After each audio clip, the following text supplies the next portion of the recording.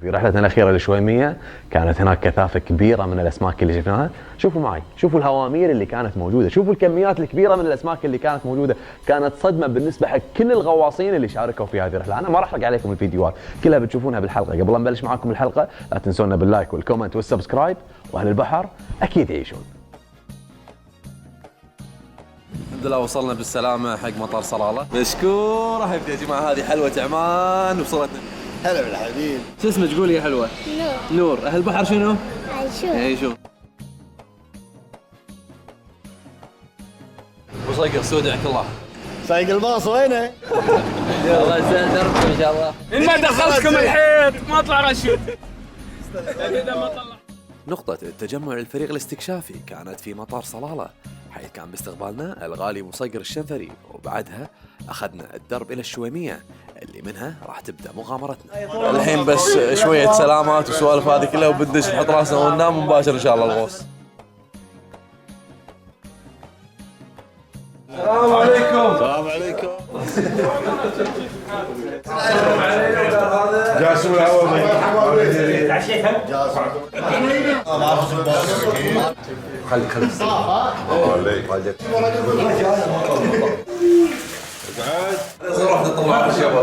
بعد ما سلمنا على الشباب من شركة الهولي للرحلات البحرية اللي كنا في ضيافتهم، وبعد ما أكلنا عشانا كل واحد توجه إلى غرفته استعدادا ليوم قادم حافل بالمغامرات والرحلات الاستكشافية.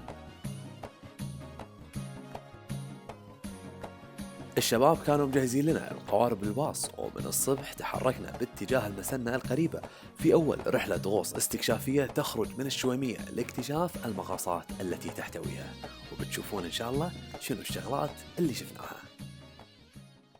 Jambo bwana, habari gani? Mzuri sana, wageni nakaribishwa alholi yetu, hakuna matata, alholi nzuri, hakuna matata.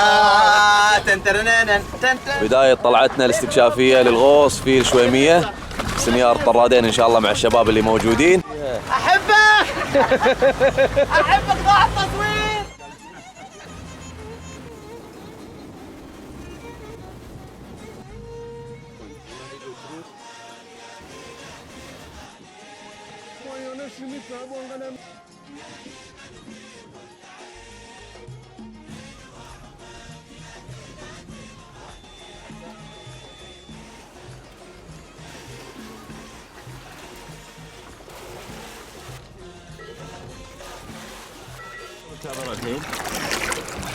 ننزل بنصور إن شاء الله، وعلى قولتهم بنجيب لكم التصاوير السنة.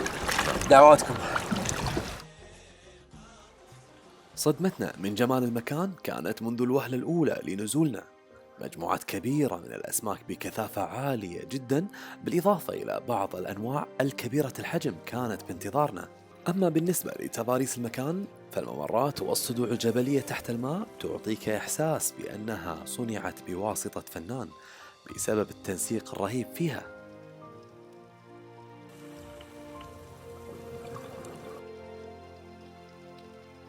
أما اللي قاعد يسألنا عن الهوامير فللهوامير قصة أخرى في الشويمية يعجز اللسان عن وصفها، لذلك أترككم لتمعنوا ولتستمتعوا بجمال هذه المشاهد التي يندر على الإنسان مشاهدتها في أي مكان.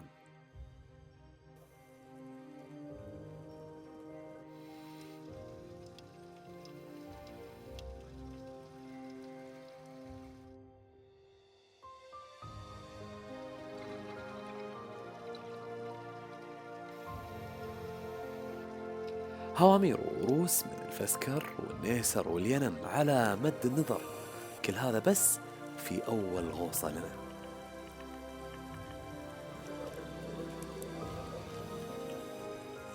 غوصة أولى تاريخية أذهلتنا فيها الشويمية بجمالها، فهل تعتقدون بأن الغوصة الثانية ستكون أجمل منها؟ المكان آخر شيء الفالي 18 متر فل اوف ينم. سايب اللوكيشن. شنو ما فيها؟ بس باقي الهود ما شفناه. تحت ولا المالديف ولا المالديف. انا رحت 3 مرات المالديف ما شفت نفس اللي تحت. الاكتشاف اللي اكتشفتوه هذا ايش سميتوه؟ عش الزرازير. عش الزرازير، ليش ان كل شيء يتجمع فينا.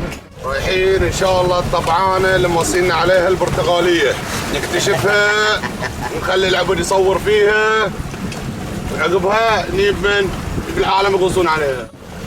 وهذا البحر يغوصون. لا يغوصون لا يغوصون. يو شفت الحبل يا ابوي يوصل لتحت، وان شاء الله كل اكواتيك لايف كله قاعد يلعب دار مدار. 28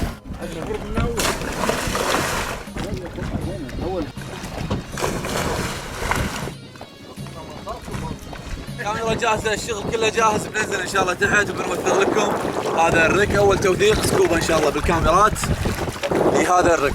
نطلع عاد بنسميه اسم بعدين، ما ندري ايش بنسميه. موجود الاسم. يلا اشوفكم على خير، رمى الله. كوريا بورياز. Where you heading to?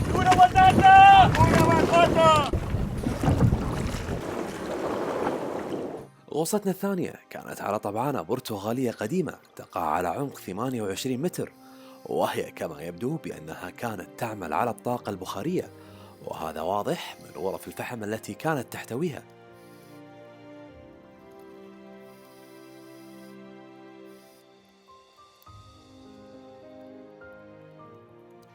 وما يميز هذه الطبعانة بأنها تكاد تكون مغطاة بالكامل بأسماك الجلاس فيش، بحيث يصعب عليك مشاهدتها من بعد،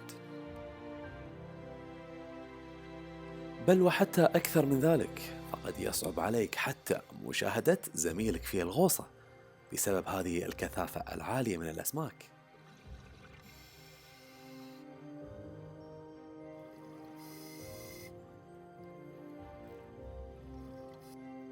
وبالطبع فلسنا نحن فقط الزوار الوحيدين لها، فأسراب العماد والضلع والدويلمية والجاك فيش والجيتي والحمام بمختلف أنواعه تدور من حولها، بل وأكثر من ذلك.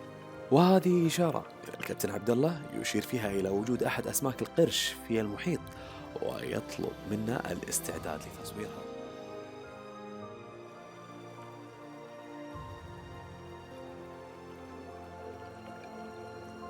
4 أنواع مختلفة مرت علينا تمكنا من توثيق أحدها، وهو البول شارك اللي شفناه في الفيديو السابق، بالإضافة إلى الستينغراي اللي مرت علينا، وهي أحد أنواع اللخم المتواجدة في البحر هناك.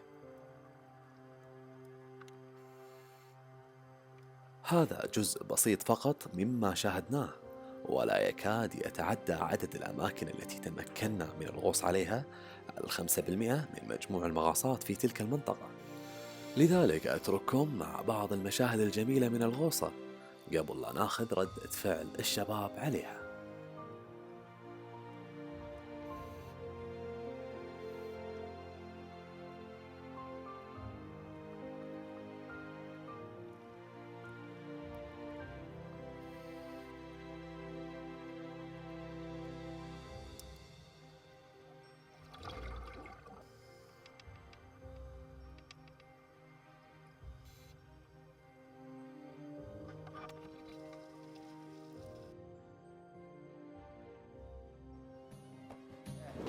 هاي اقوى رك غصت عليها في حياتي.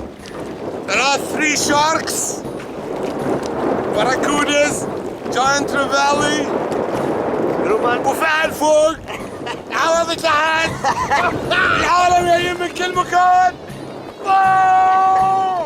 الحين نقدر نقول اكتشفنا احد المغاصات الجميله في هذه المنطقه. طبعا اللي موجوده تحت شيء خيال. امس كنا نعتقد انها كانت اجمل الغوصات، لكن كل يوم قاعد نكتشف ان الغوصات اللي قاعده تجي احلى واحلى واحلى. من جد خرافه. اقول لك حرام اللي يغوص مي هنا حرام.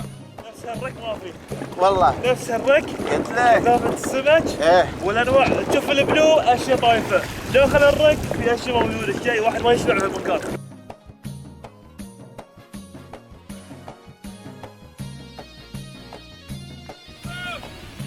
اللي يقول شنو شفنا يقول له شنو ما شفنا. اوهامير، ليسر، سنابر، بسكر، روس من جميع الانواع، حيتان، دلافين، كلها طلعه واحده، كلها بيوم واحد هذا. تخيلوا شنو موجود. ما والله ماني قادر اسوي، اقسم بالله ماني قادر اسوي. المشاهد اللي شفناها صدمه، التنوع الكبير بالحياه البحريه اللي موجود، كميه الاسماك، اليرايير، الركات، شيء ما تخيلنا ان احنا نشوفه.